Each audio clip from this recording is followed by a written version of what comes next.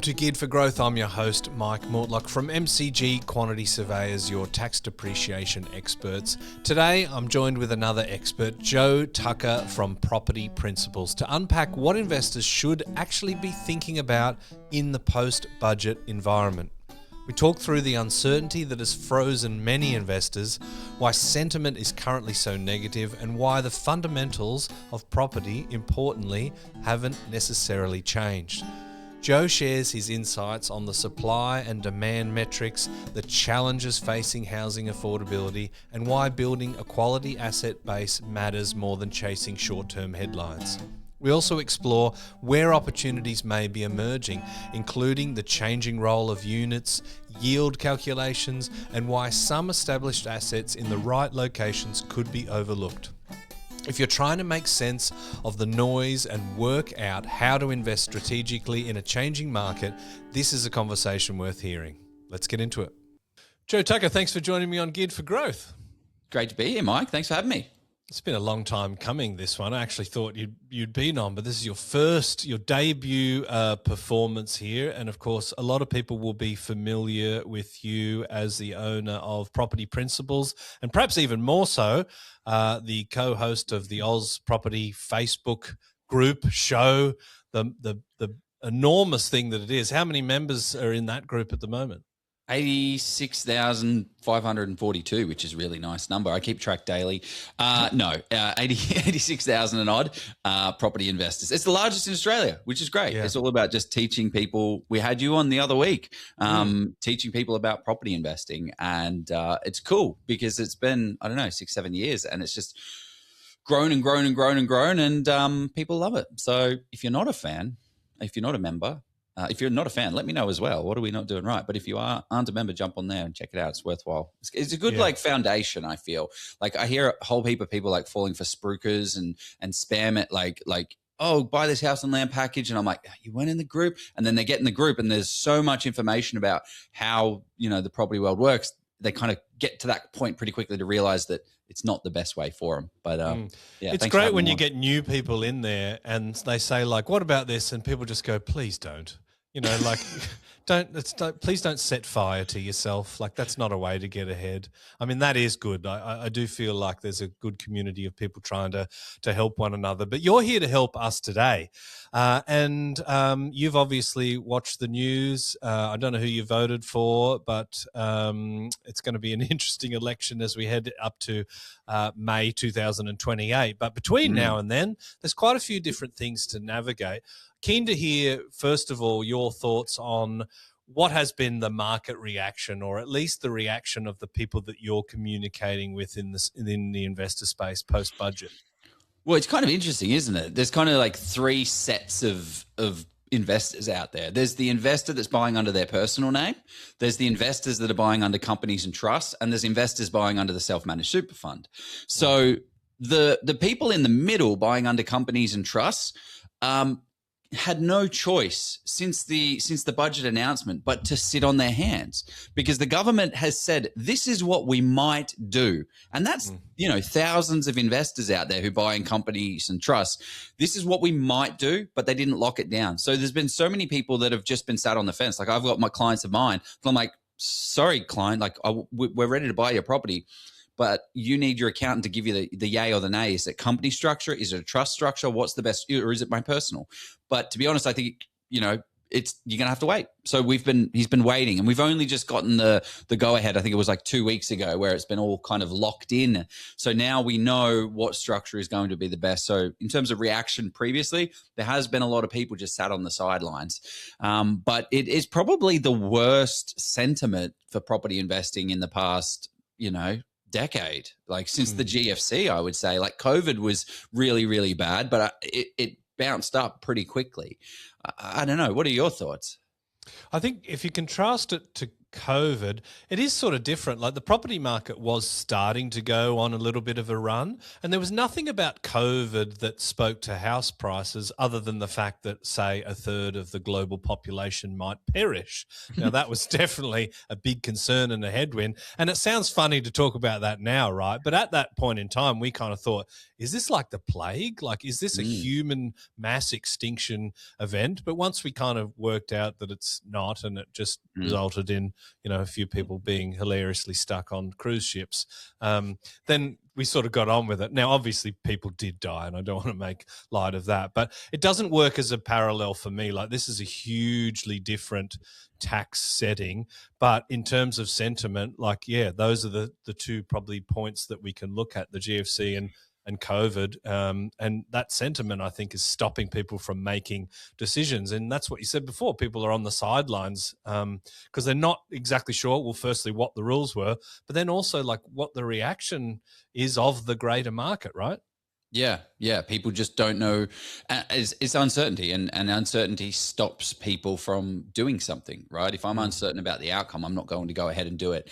But yeah, it's been a bit of an interesting shift as well. So now it's starting to kind of come out. What we're starting to see is the top end of the market really struggling. So I have a client actually, and he is a real estate agent.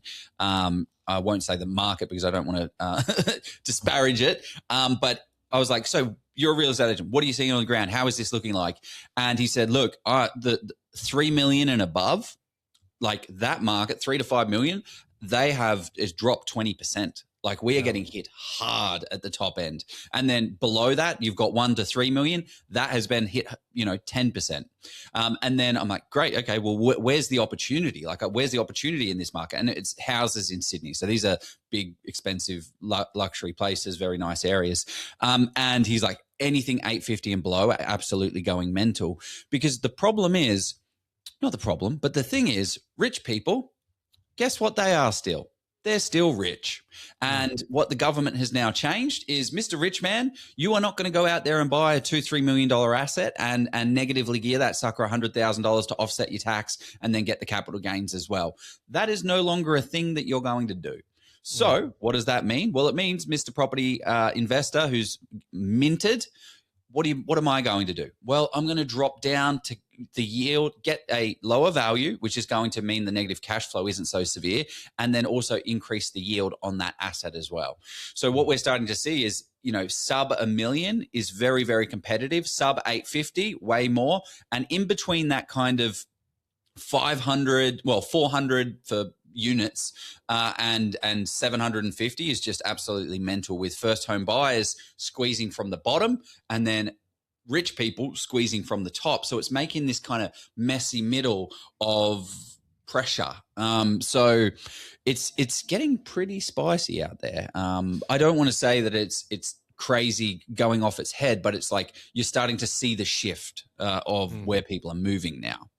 Yeah, that's interesting. I suppose before the budget, there was a lot of talk about the generational wealth divide. You got young people struggling to get into housing. In the last 20 years, property prices have broadly doubled, yet debt has tripled. So a lot more of our income is going to service that. And then we've got baby boomers who have, gone through all the boom periods, sitting on huge, big asset prices. And it sort of seemed like the government was trying to find a way to bridge those people together. But with the policy, I think you might argue that they've actually kind of just had them sail off into the sunset and remove the gangplank, so that they're actually, better off than the young people with these new settings. Would you say?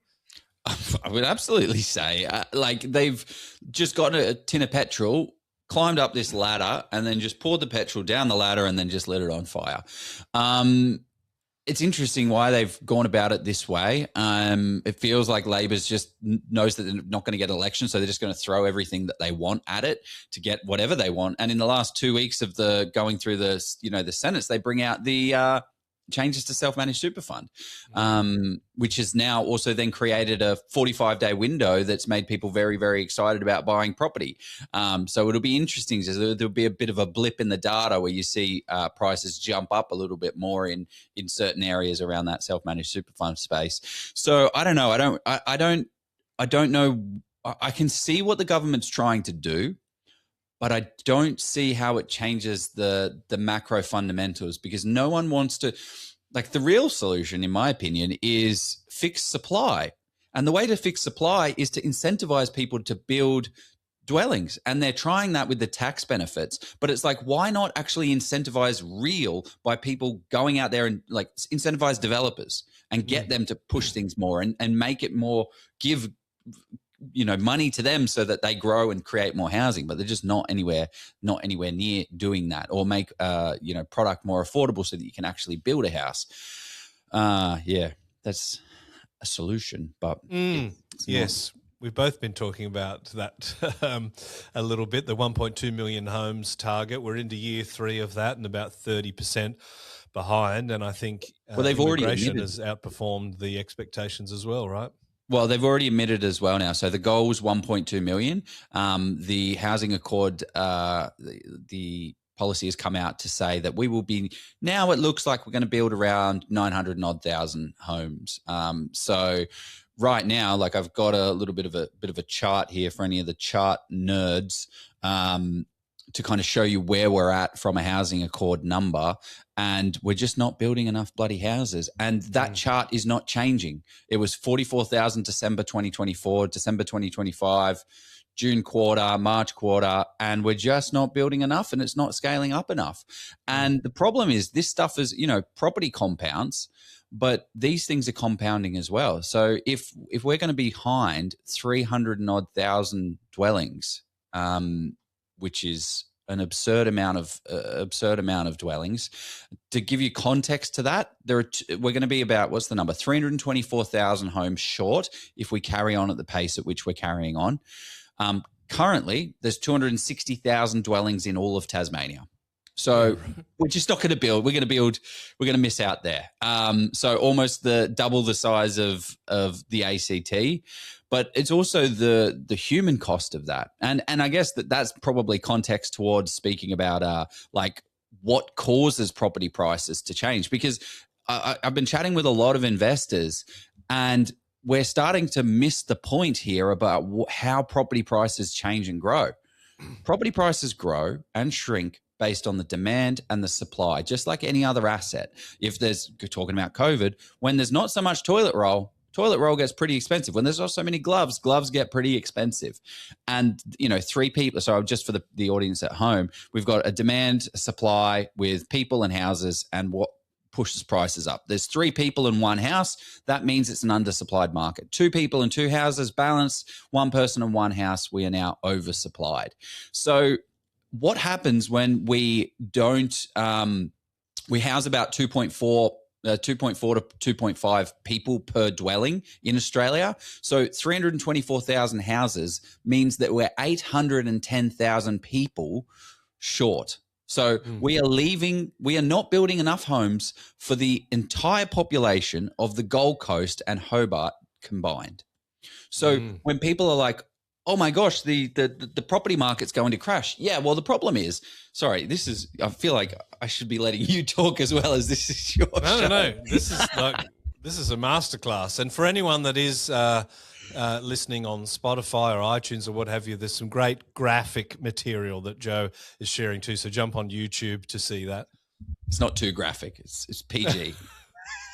But yes, go onto YouTube, subscribe onto the YouTube channel. But the thing is, the people are also missing is that what the hell the median price is. So going off and talking about that market that's dropped 20%. Well, that's 20% on a $5 million property. What's that? $1 million drop? Is that right? Did I just do that math that quick? Fantastic. Rain Man. That's lucky. But the problem is, for the median is the top number, the bottom number, the middle number for that market. So if that's why Sydney and Melbourne always lead the charge for the up and down, is because they're the most expensive. So when $1 million drops off the top, it means that $1 million has to drop off. $1 million has to rise at the bottom to be able to compensate for that. So just know that you've got to look at the segments of the markets that are moving and the segments of the market. You can't just say the median house price is dropping in Sydney. It's like, yes, but the top end is leading the charge at 20%, and then it might grow in the lower end, and that then the offset doesn't count. Does that make sense? I think the best way that I've sort of thought to visualize it is, let's just say a coastal location. Like if you're in, if you're in the Central Coast, you might say like Terrigal. If you're anywhere else, look, you can figure it out. You know what a coast is. But let's say there were 10 sales in a particular month, and one particular month there were 10 sales 4 streets back from the water. The other month, the 10 sales were all waterfronts. The median price would go through the roof because it's the expensive ones that are selling, not the other ones. But that is not actually representative of what's happening in that particular market. That is an error of segmentation. It's what segments of the market are transacting. What do you reckon? Will you take that one? The other side of the tracks, right? We've got 500,000 on this side of the tracks. We got waterfront, 500,000 in this area, $1 million in this area. The median house price is 750. You go to the affordable area, like, holy crap, I can buy a house here for 500 and 600,000, 700,000. I'm getting a bargain because the median's 750. You're not. You have to dig into the details deeper. But so for an investor, like, I feel a lot of emotional narrative coming out of people, and it's not a lot of like actual, like, it's uncertainty, it's fear. Just remember, what is the fundamentals of property investing? It's driven by supply and demand. And what the heck are you trying to do? As a property investor, like I'm a buyer's agent. I buy property for people. I put out content, and I'm just seeing a lot of content out there that's confusing the shit out of people. And it feels like it's not deliberate. Like, I don't think people are deliberately confusing people, but just wheel it back. All you're trying to do, Mr. Property Investor, is build a portfolio of, let's just say, I've got a chart up here, $2.5 million. You then have a loan on that for $2 million, and then that gives you $500,000 of equity. And you might be acquiring that. The goal here is to acquire this portfolio as fast as you can. Now, what we want is the most amount of capital growth that our cash flow budget can support. So we don't, like, the best property in the world might be a Bondi unit overlooking the water that's going to grow $300,000. But if it's negatively geared $80,000, that's not really going to fit your brief, is it? So 7 to 10 years, property typically doubles. $2.5 million portfolio is now $5 million. The loan, if you did it interest only, you would have to recast the debt and redo it interest only, but high level, you're then left with a $3 million worth of equity in 7 to 10 years. It doesn't matter if they're units in that portfolio. It doesn't matter if they're houses. This is what we want. We want to build the cash base. Like, we want that portfolio to be worth as much as possible so we can then let compounding do its thing. That's, I don't want to oversimplify it, but I also don't want to undersimplify it. Hold a portfolio that has $2.5, $3 million worth of value and let compounding do its thing. And then you've got choice. You've got $3 million worth of value there. Yes, you're going to have to pay some taxes on that, but $2.5 million at a 6% net yield is $150,000 passive income year after year after year. So just chill. Build the asset base. I love that, because it doesn't have to be more complicated than that. Obviously, you can get into the minutiae of, the operating expenses and the upfronts and the stamp duty and the capital gains tax. But at the end of the day, we want to secure something that grows in value, and we need to stomach the cost. And that's a really good point I want to sort of circle back on. But one of the big questions that I had for you is, what do you think is the actual long-term fundamentals of property investing in Australia? Has it actually changed? But your supply and demand graph sort of gives the clue to the answer, right? Because we aren't building enough, as you've shown, and the demand is increasing because our population is increasing, right? So those two things in concert are showing that there's actually only one direction for things to go. Now, we might have a couple of years of maybe some softer results, but the long-term fundamentals, I can't see going any other way. What's your read on that? Well, our country needs immigration. Like, we have to survive as a country. If we stop the immigration tap, we would stop the country and economy moving. We might want to then start taxing some of our gas exports, but let's not go into that. So I'm looking at it from a blank page. We need to bring people into Australia. We're going to bring 1.4 million in the next 4 years, right? Those people need a place to live. where are we going to be putting them? Well, when someone typically comes here, they don't have $6 million. They don't have $5 million. They don't have $2 million.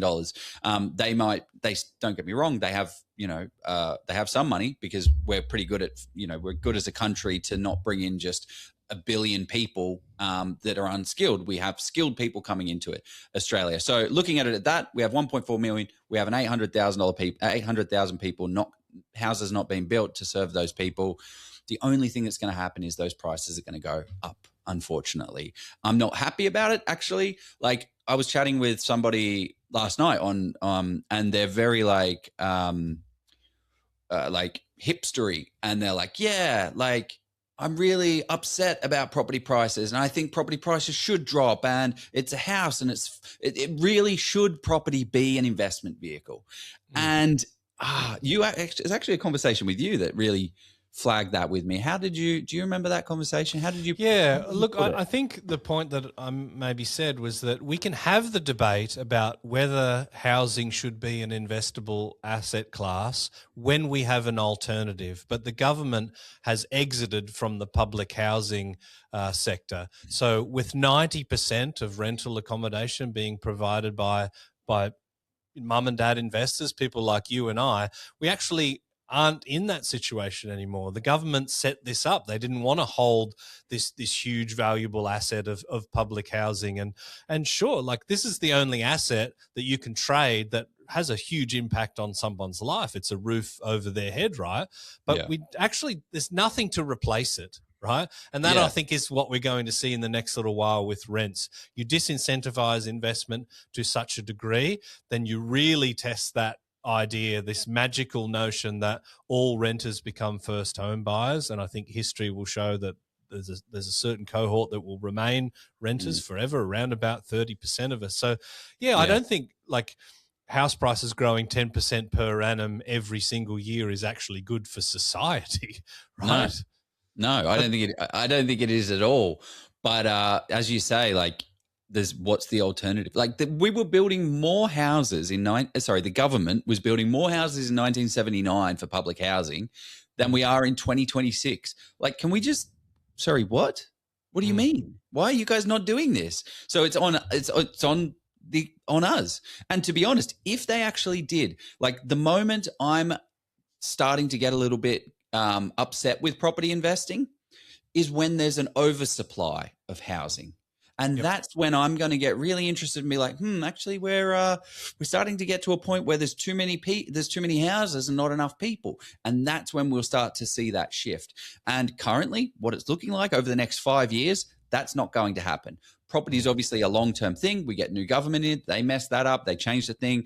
Like, someone is always going to need a roof over their head. But if we keep creating houses at a record pace, then we oversupply. Prices are going to shift, and then it's going to be where are the areas where there is an undersupply. So right now, what we're going to see is the government in the next 6 months, people are just going to be sitting and kind of waiting to see. And then everyone's going to be like, oh shit, rents are starting to increase. Oh, yields are starting to get better. Wait, what's going on with these what are your thoughts of the new build incentive? Because it's great that they're trying to incentivize people to actually do the creating of the new products. But what are your thoughts of how that will actually affect the market? With the modeling that I've done, there's a huge differential between new and established for after tax. So there's a lot of different levers you can pull about, what capital growth, what percentage yield, what maintenance costs you have for new versus established. But if we take a baseline, I in my modelling, I did an 800K property with everything sort of being equal over a 10-year period to match a new property. An established property has to grow by about an extra 1.2%. Now, that doesn't sound like a lot, and you would probably take a bet with me if I said, you pick an established property, I pick a new one, and you only win if your capital growth averages more than 1% per year over 10 years. I think you would take that bet. Yeah, for sure. But I'd win that. people, and not just because you're a buyer's agent and I'm not, right? I do actually think that established will outperform new, but the the argument for new is so much stronger than it has ever been. And I think we talked on Ozprop about when they changed the rules to Division 40 depreciation deductions, and you could only get them if you bought a brand new property. We saw a marked increase in people buying new. This incentive is way, way bigger. So I do think we'll see people going into that. I think there are some people that are doing it well, that are looking for, infill, Yes. new builds, which are, it might be a new site, a knockdown rebuild, something like that in a tightly held area that has great fundamentals. The stuff where it's way out on the fringes, that stuff really, really concerns me. And that's where most of the new builds will be, right? Most of it will be in housing developments. And there's a huge amount of risk with that. But the cost of holding an established asset is now, like post-tax, a lot different to what it was under the negative gearing rules. And you mentioned that in your, hypothetical, maybe the best capital growth investment is a Bondi property. But if it costs you $800 a week to hold on to that and you earn $2,000 a week, that's not a good one for you. Yeah, 100%. I do think that you're spot on with the challenge is these big marketing companies, these big marketing agencies, they acquire an entire suburb. They create their own suburbs and they sell the product there. So if there's any investor, because there will be investors listening to this, they're like, you know what, I'm going to go get one of these new ones because this company's got really good advertising and stuff like that. Just remember, you're buying an asset for a long-term value, and the current rules as they are, which Angus Taylor said, if we get in, we're going to repeal them anyway. Because if you go out and race off to get one of these new builds, when you go to sell that in 5, 10, 15 years, it is now a secondhand property. So you've gone and bought in an area that's only attractive to investors, where people aren't really interested in living. There's not that much infrastructure. There's not much going on. And then as soon as someone sells in that area, the prices are going to drop because no one wants to buy in that area. So just be very, very careful. The other question is, hey, Mr. Person, how much are you getting paid to sell me this trash? Don't call it trash. Be nice to them. But they'll be like, oh, yeah, we just get a kickback from the builder. The kickback from a builder, if you get a $30,000 discount from if they get $30,000, that's your money. So don't don't be dumb. Go to that next level. How do you get paid? How much is that money? You have a right to know, because if something is $500,000 and there's a 30% kickback, that's your $30,000, and that asset is only worth $470,000. So you should only buy that asset at $470,000 because it's not going to be valued at $500,000. Sorry, I get sick of this because I was chatting with a guy just yesterday. He goes, one of these big popular ones. And he's like, yeah, they just get a kickback of 30 grand. And I'm like, so when you looked surrounding the properties, like, talk to me about comparables. He's like, oh yeah, a little bit under the comparables, but that doesn't matter. It's like, well, yeah, you've got to get, it does matter. Please. It does matter. Because there's three things that you have, right, as a property investor. We're trying to build our $2.5 million property portfolio, whatever that is: cash and equity, borrowing ability and serviceability, and negative cash flow that we can afford to hold. Every time you purchase a property, is going to take away from one of those things. And the way that that lending is structured is you don't get many shots on goal. So your first purchase is the most important purchase. The second is the next most important. You can't afford to buy a dud, because the entry costs are very expensive and the exit costs are even more expensive. So just be very, very careful, because don't buy a dud. That's my thing. Don't buy duds. That's good. Dud free. Yeah. It's not exactly the clickbaity title I was hoping for the show, but it works. No, but you raise a good point, and you're passionate about it, because we're talking about the potential for real harm, right? Setting people's financial goals back, or maybe making them fall out of love with investing in property in totality.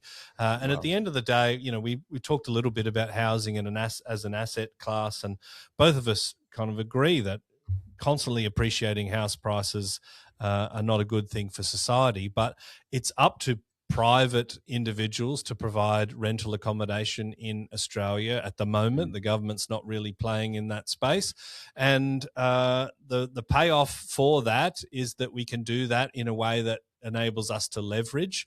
And I think that is one of the key points as well as to why property remains a better asset class for people like you and me, in our opinion, than, say, buying ETFs or stocks or what have you, is just the ability to leverage. So the fundamentals with the supply and demand stuff that you've got, the leverage that we've got available, I still think even post-budget, that you can't point me to a better asset class. What do you reckon? The Geared for Growth Property Investing podcast is presented by our business, MCG Quantity Surveyors. If you're an investor or a property professional looking to get the best tax depreciation deductions for yourself or your clients, please get in touch with us at mcgqs.com.au. It's our mission to help as many property investors as we can to maximise their claims and maximise their property education as well. No. You can't, and the thing is, you've got $150,000 for your housing deposit, or $170,000 or $100,000, whatever that number is. You can still go buy, properties. It might be unit, might be townhouse, with $100,000, which is awesome. But what am I going to do? So if I reel back to what I was doing back when I was a kid, buying my first investment property, I put all my money into shares to hold that deposit over time, and then and I finally got to a point where I could buy a property. But those shares grew 8%. So my $100,000 over 12 months grew 8%. So I've got $108,000. Fast forward, you buy a property for $500,000 and that property grows 8%. Your property is up $40,000. So $8,000, a same return, but it's because you've leveraged, you've put your $150,000 into an asset that's going to grow. And I know that the sophisticated property investors are like, no, obviously, but it's very important just to look at what you're doing. Obviously, there's risk attached to it, and obviously, it's not something you should jump into head first without doing your due diligence. But if you're listening to a podcast like this, awesome, you're already halfway there. It's a good point. I think we get lost in the noise of the announcements and the tax settings and the war in Iran and the construction costs and the immigration. But at the end of the day, we need to look at those fundamentals. And I think there's just too much that gets sort of read into the media's latest fetish about a particular problem. At the end of the day, if we want to change our financial future, we've got to think about those basic things and make decisions and take some action. Now, that leads me to the next question: is the after-tax position on an established property is a lot harder. People do need to be careful about the types of properties that they purchase because it will cost them to hold on to it today. Over time, hopefully the rents grow and you may pay down some of it, or even if you stay interest only, if the rents continue to grow, you will get to a point where it's washing its own face. But it begs the question, where are you seeing opportunities for investors in this current environment now? So where opportunity is being created, what did we discuss? The top end of town is now no longer affording to push up the prices, but even everyday people, no longer are they interested at a 3% yield. So what we're starting to see is a big shift, and this shift has been happening for a while. Like the problem is, talking about units. I was going to buy this property here. This is Unit 4. 295 Anzac Avenue in Kippa Ring. This was 7 years ago. This was a property that I was going to go out there and personally purchase. But the problem is, I literally have I saved my email and I can see the reply from my wife, girlfriend at the time, saying, "Hey, but it's a unit. Units don't grow." Don't get me wrong, it's an ugly ducklings, but it's a low set brick. These are the type of unit assets that you want to be buying. Low set brick, low maintenance, 1, 2, 3 levels, no pools, no lifts, no high strata. This one did need a little bit of work. Someone passed away in it and they removed absolutely everything. So we needed a new kitchen, new carpet. At the time, I got all the quotes done. It would have cost about $15,000 to $20,000. This property right now, units don't grow. Unit 2, 295 Anzac Avenue.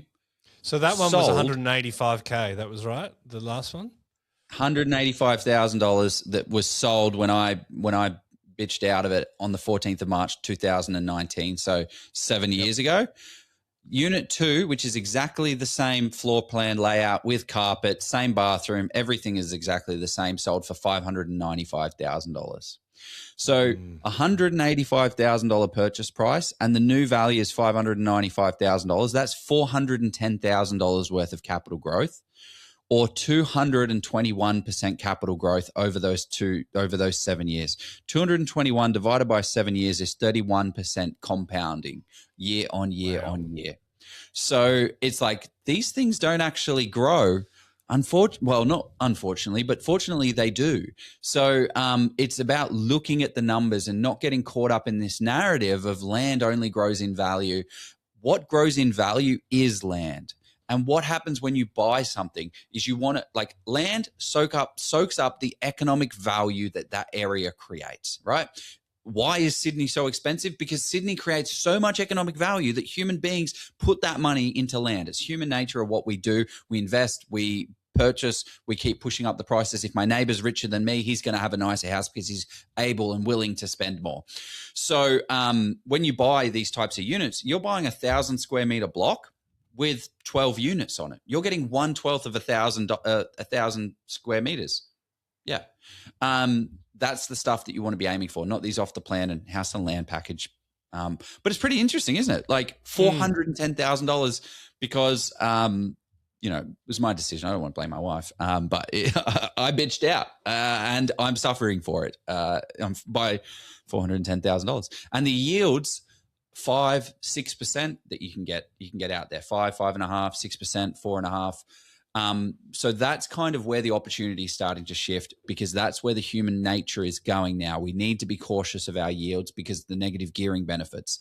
And why the negative gearing? Like, what's the negative gearing benefits? We're like, $5,000, $6,000 per year. Great. Well, if rents increase and you're able to get an asset that's lower in value, instead of sending $800,000, you might spend $600,000. And it might be a 5% yield instead of a 3.5% yield. All of a sudden, you're now better off than if you had the negative gearing anyway. So what happens is that flow, like right now, this conversation is, just think of what's happening right now. I say these words and all of a sudden 10,000 investors listen to it. They then go out and start getting those type of assets, right? Those people are creating that demand because they listen to the words that I just said. But it's not just my words. It is people out there in the economy making a decision.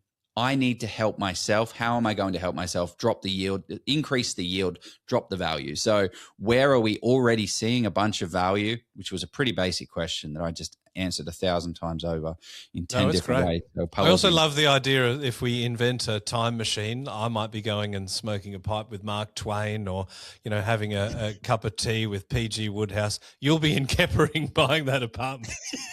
Yeah. Just be slapping myself. Joe, just hang on a second, Joe. Just listen up. However, I say that. But at that time, you would have been better to purchase land, right? But that's now not the case. So am I saying that units, like if you've got $1 million to spend, like it's not necessarily units and townhouses. I don't only buy this stuff. But if you're starting out, you're first-time investor, second-time investor, you're an investor with 4 or 5 properties, and I bet the cash flow is starting to hurt, but you've still got capacity to buy. I've got $300,000 loan, $400,000 that I can get.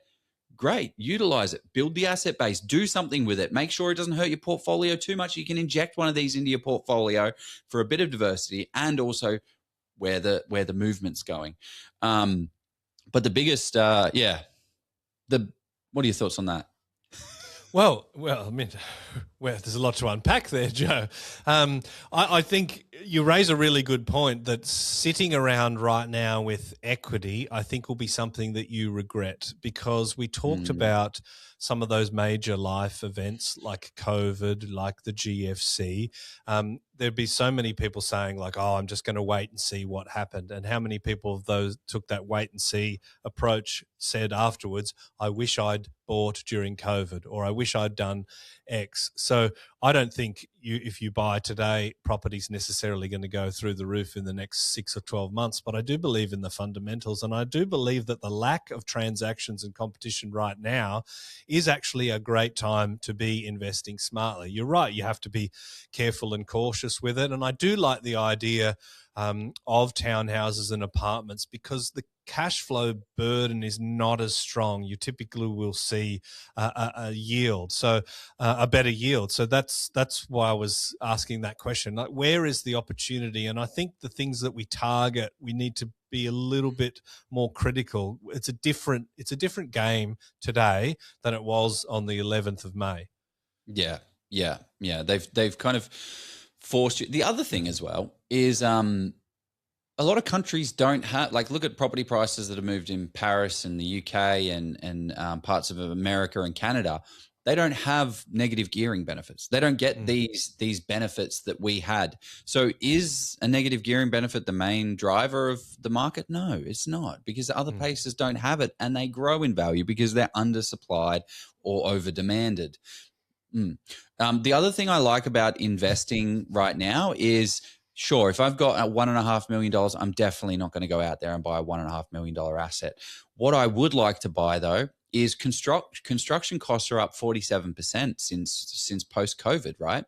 To build an asset, like I'm looking at an off-market deal today, $550,000 on a 600 square meter block in pockets of Geelong. $550 to buy land in that area. It's $250,000. So I'm getting a house that, if I was to replace it, would cost $500,000 to $600,000 for $250,000. So I'm literally buying this thing below replacement value.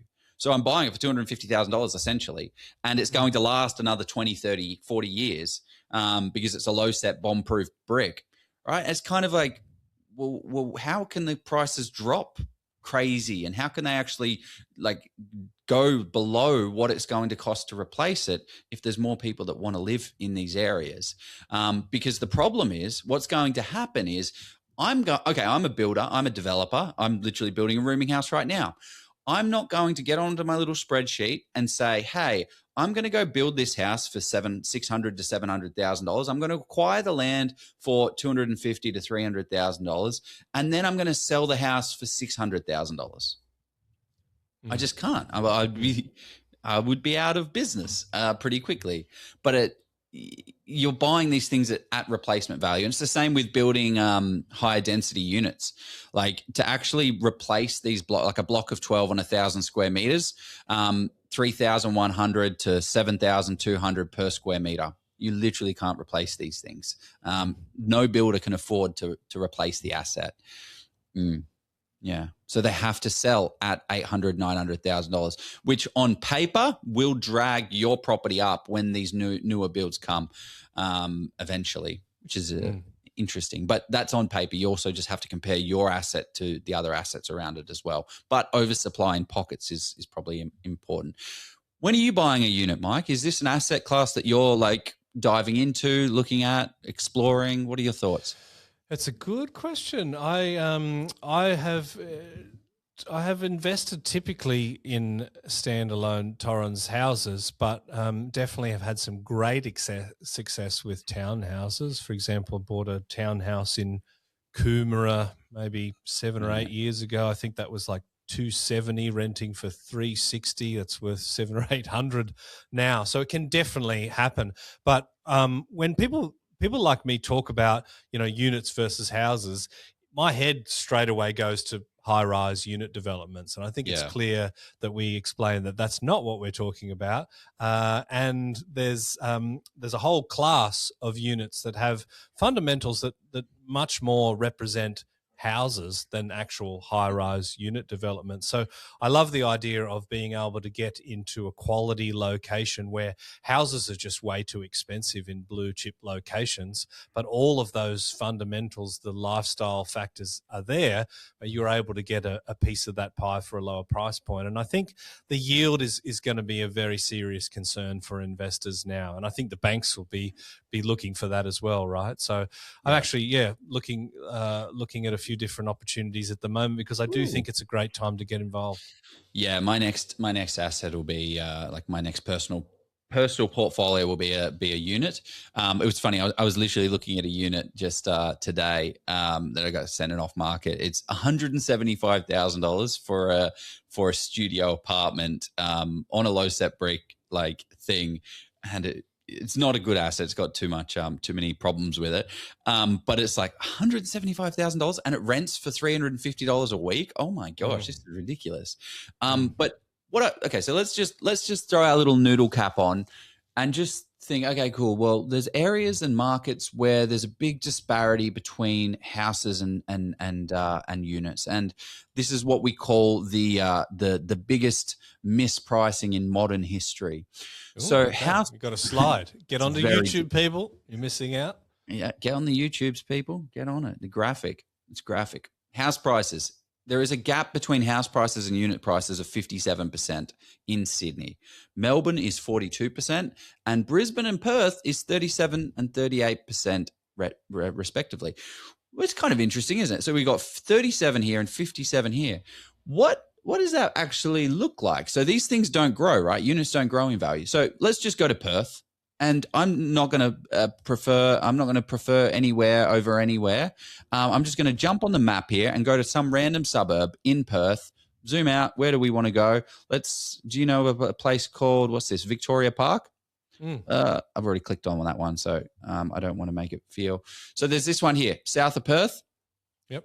Let's go to South Perth. Go to South Perth. You then go to find out about suburb data. Median value for houses up 20% in the past 12 months. Median value for units up 22%. So units have actually outpaced houses in that particular suburb. And you just keep doing this. And all of a sudden you start to see all of these areas are starting to get more expensive. Units, as houses become unaffordable, the unit price then goes up because people still need somewhere to live. This area here, $1.25 million for a house, up 24%. Units, up 29%. Same is happening in Brisbane right now. Woodridge, same situation. I can bring the chart up, but I guess it's just an illustration of the point of you don't even need to look very far. It's like, oh, let's go back in history and look at it. No, look at what's happening right now.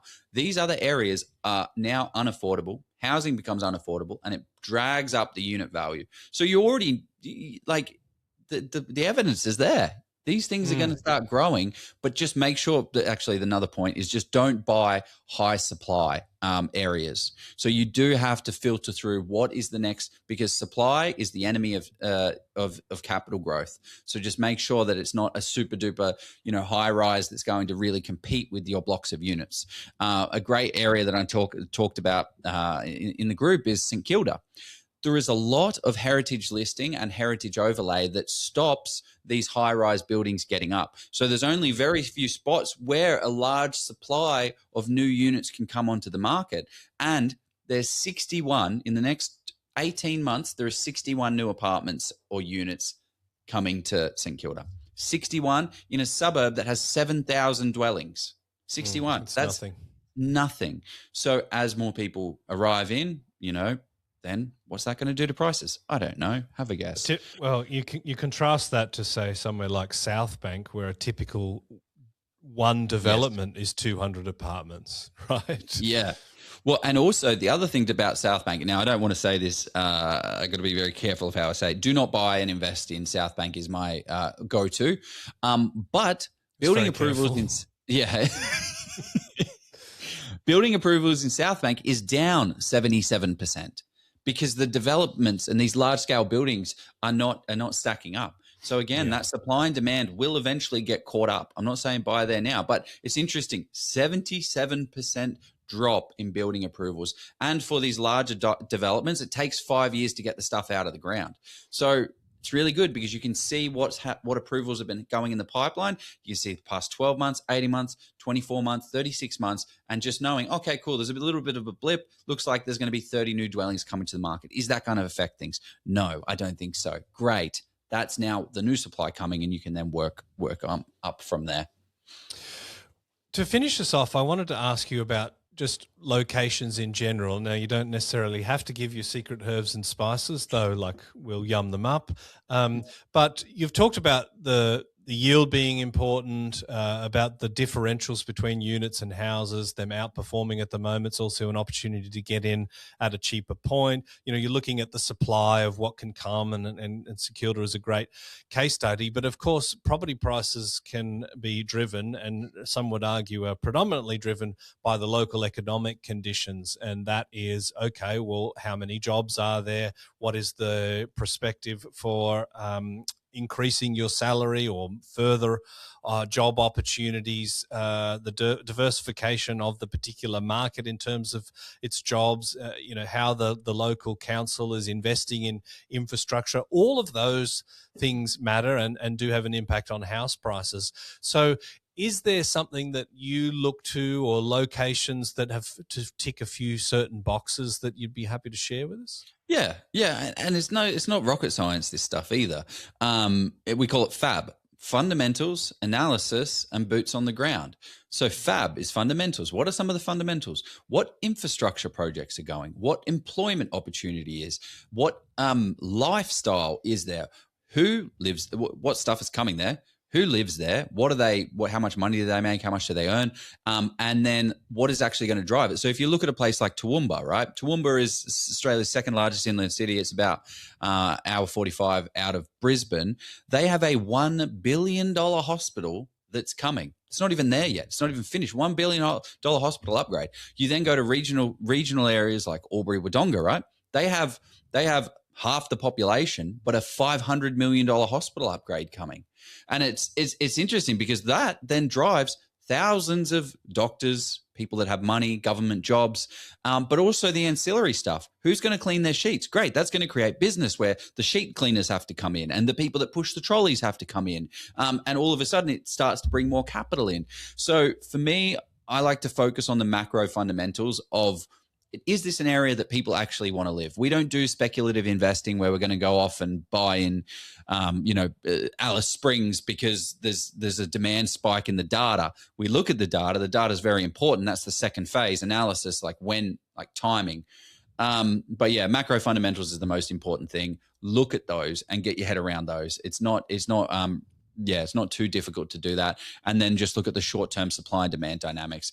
Again, if there's 500 new dwellings coming and the area has, 2,000 dwellings in it, that's a lot. That's a lot of supply, which is going to hamper your next price. So look towards that. But the most important thing, I think, is what we do for every single area that we buy in is boots on the ground. And it's the building of an assumption on the data. The spreadsheets, like, don't trust ChatGPT, don't trust your spreadsheets. You've got to confirm. So it's like, what's that saying? Trust but verify. You trust the data, but there's been situations where I do boots on the ground. We fly to the area, we build relationships with agents, kissing agents, shaking babies, and like building. No, it's not. It's not financial or medical advice. Yeah, people appreciate that. You build the relationship, you identify the hot spots and the not spots. But I've been to areas where the government is promising X and nothing's going on. The shops are shut at 3 p.m. because there's no one walking through the streets to give them business. The shutters, and it's like, but the data's really good here. You look at the data now, 3 years later, 2 years later, it's done bugger all because the people there, the spreadsheet narrative is incorrect on the reality of what's going on. So that's another important thing as well. So that's a very good point.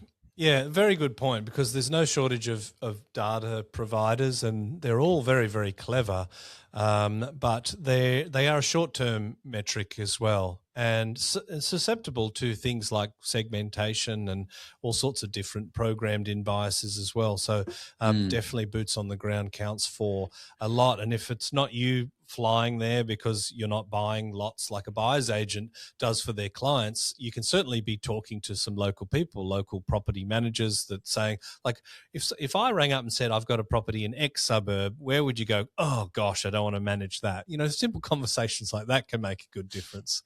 Well, yeah. Also on that conversation, like, be a little bit smarter about how you ask those. Don't just call up a property manager. Where's the best place to buy? No, jump on there, say, hey, Mr. Property Manager, Mrs. Property Manager, I was looking at this and like this area in here, this doesn't look too good. Am I right?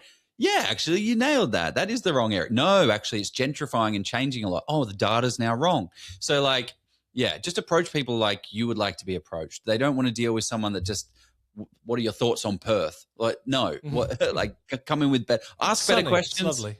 Get better answers. That's it. But again, if you're doing this yourself, because there's a lot of self-funded investors that don't want to use a buyer's agent, great. Good, do that, but just spend $1,000. You're going to get a nice you get a nicer hotel room, fly down, rent a car. It's going to cost you $1,000 or even less.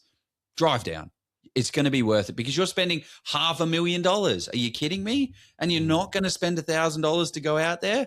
You're not using a buyer's agent, so do it. Yeah, you've saved money on that. So yeah.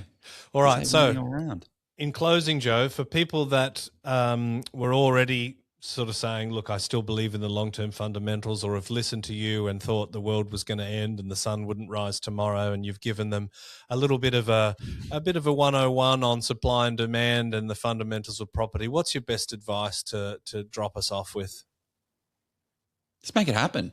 Just go out there and just don't do dumb investing. Like you need to be interested in the spreadsheet of like how much is ingoing and outgoing, but just focus on the numbers and focus on where people are going. Don't go into these random middle of nowhere areas and high supply areas. Just go to where makes sense, and you'll be all right. You'll be all right. Lovely. And it doesn't need to knock the socks off. Like, I looked at our data. We made 21% in capital growth in the past 12 months. You don't need 21% growth for property to work. You just need 5, 6, 7, 8, 9, 10% for it to absolutely change your life. That's it. You don't need 20, 30, 40%. It's okay. You'll be all right. Good. I think the best time to buy was yesterday, and that was definitely true on the 12th of May. But it's still true. True today. So thank you for reminding us for that, and great advice. You've got to get out there and be decisive and make a decision. You've got to be in it to win it. So thank you very much for sharing all of your wisdom with us today, Joe. And you, mate. I appreciate it. Catch you guys. Cheers.